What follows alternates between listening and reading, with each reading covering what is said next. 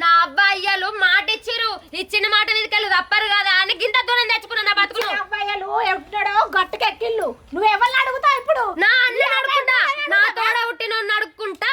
నేను అదే అంటున్నా, మరి నేను కూడా అదే అంటున్నా. నా మాట వింటాడు, తోడబుట్టినాడు ఎవరు అనుకుంటారు? నా మాట ఏయ్ లేని ఇంట్లోకి వెళ్ళి వచ్చిన లేకిడు ముండా నువ్వు మాట్లాడతానవానే, నా అన్న ముందా నువ్వు ముందానే? ఇయ్యాల కాక నిన్న వచ్చిందని బాగా మాట్లాడతాను. ఒక్క రక్తాన్ని పుట్టినాం కానీ నువ్వు మాట తప్పుడు పోయి మాట్లాడకు. నోరు సారక్షలే పైసలు ఇయ్యాలి కాకపోతే రేపు కాకపోతే ఎల్లుండి నువ్వు నోరు సారుతున్నావు. లేకిడి ముండ ఈ ముండ నా పిల్లలు నామగొట్ట ఇయ్యాల కాకపోతే రేపా? అసలుకే లేదు అయ్యా అంటే ఇయ్యాల కాకపోతే రేపని మాట్లాడతాను. ఏం నీకు ఒక్కడికి వస్తాయి అనుకుంటున్నావా?